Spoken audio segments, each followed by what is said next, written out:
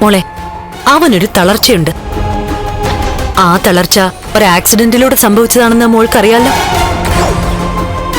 അതോടെ അച്ഛനും പോയി.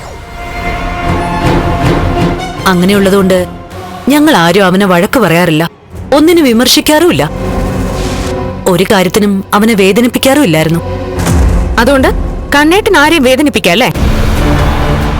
ഈ വീട്ടിലെ മൂത്ത ആളായതുകൊണ്ട് ഞങ്ങൾ എല്ലാരും കണ്ണേട്ടന്റെ താഴെ നിൽക്കാറുള്ളൂ. എനിക്ക് അങ്ങനെ നിൽക്കേണ്ട കാര്യമൊന്നുമില്ല.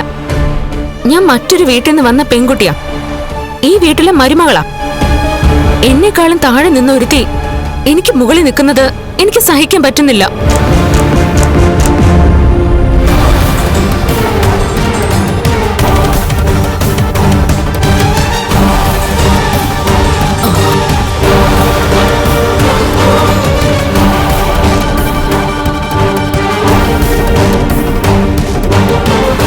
കേട്ടിട്ടൊന്ന് നിന്നേ.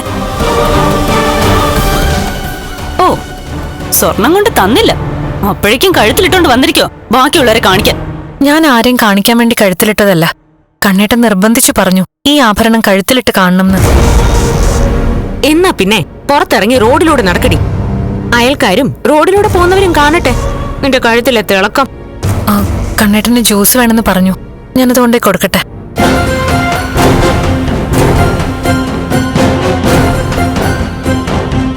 എത്ര പെട്ടെന്ന് അവള് കണ്ണേട്ടിനെ മാറ്റിയെടുത്ത്.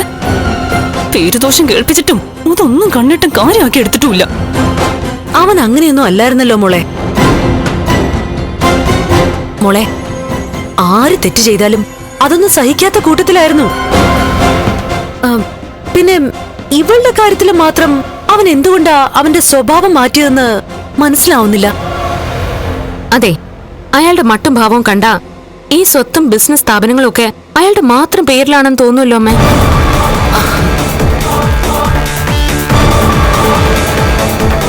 അയ്യോ മോളെ, അത് പോകെ പോകെ എല്ലാം ശരിയാവും. മോളൊന്ന് സമാധാനപ്പെട്.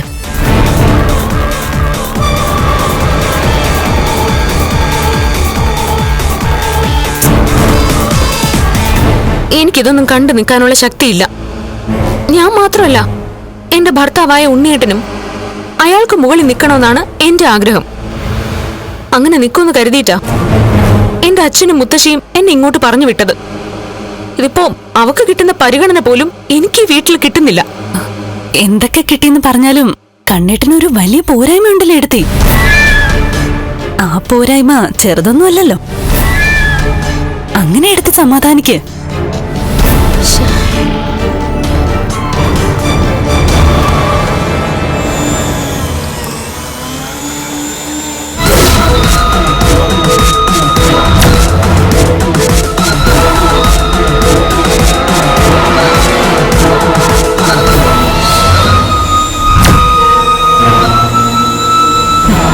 ഒറ്റ ദിവസം കൊണ്ട് എന്റെ മോനെ കറക്കി എടുത്തല്ലേ? എന്റെ അടിയൊന്നും മിണ്ടാത്തെ. നിന്റെ വീട്ടില് കരുണമോളുടെ താഴെയായിരുന്നല്ലോ നീ നിന്നിരുന്നത്. പിന്നെ കരുണമോളെ ദേഷ്യം പിടിപ്പിക്കാനായിട്ട് നീ എന്തിനടി അവനെ കൊണ്ട് ഇങ്ങനെ ഓരോന്നൊക്കെ ചെയ്യിപ്പിക്കുന്നത്? ഞാൻ ചെയ്യിച്ചിട്ടില്ല പറഞ്ഞല്ലോ അമ്മേ. ഞാൻ പോലും അറിയാതെയാ കണ്ണേട്ടൻ ഈ നെക്ലേസ് വാങ്ങിക്കൊണ്ടുവന്നത്. നീ എന്തൊക്കെയോ ദുർമന്ത്രവാദം നടത്തുന്നുണ്ട്, അല്ലെങ്കിൽ അവൻ ഒരിക്കലും ഇങ്ങനെ മാറില്ല. എന്നാലും നീ ഒരുത്തനെ വീട്ടിനകത്ത് വിളിച്ച് കേറ്റില്ലേ? അതുപോലും എത്ര പെട്ടെന്ന് അവൻ മറന്നത്. ആ സംഭവത്തിൽ ഞാൻ നിരപരാധിയാ, അത് കണ്ണേട്ടന് മനസ്സിലായിട്ടുണ്ട്. പിന്നെ ആരടി ഒരുത്തനെ ഈ വീട്ടിനകത്തോട്ട് വിളിച്ച് കേറ്റിയത്? അവളല്ലെങ്കിലേ അവളുടെ അമ്മയായിരിക്കും കിടപ്പുമുറിയിലേക്ക് പറഞ്ഞു വിട്ടത്. എന്നുവെച്ചാ ഇവളുടെ അമ്മയുടെ അറിവോടെ ആയിരിക്കും അവൻ വന്നത്. ദേ, എന്നെ എന്ത് വേണേലും പറഞ്ഞു മഞ്ജു, പക്ഷെ എന്റെ അമ്മയൊന്നും പറയരുത്. നിന്റെ അമ്മയെ തന്നെയാ പറയേണ്ടത്. അവൾ ഒറ്റ ഒരുത്തിയാ നിന്നെ നശിപ്പിച്ചതെന്ന് നിന്റെ അച്ഛനും മുത്തശ്ശിയും കരുണമോളും ഒക്കെ പറഞ്ഞിട്ടുണ്ട്. എന്റെ അമ്മയൊരു പാവ. ആർക്കും ഇതുവരെ അറിഞ്ഞുകൊണ്ട് ഒരു ദ്രോഹം എന്റെ അമ്മ ചെയ്തിട്ടില്ല. ഫ്ലവേഴ്സ് സ്മാർട്ട് ഷോ ശനി ഞായർ ദിവസങ്ങളിൽ രാത്രി 9:30 ഫ്ലവേഴ്സിൽ.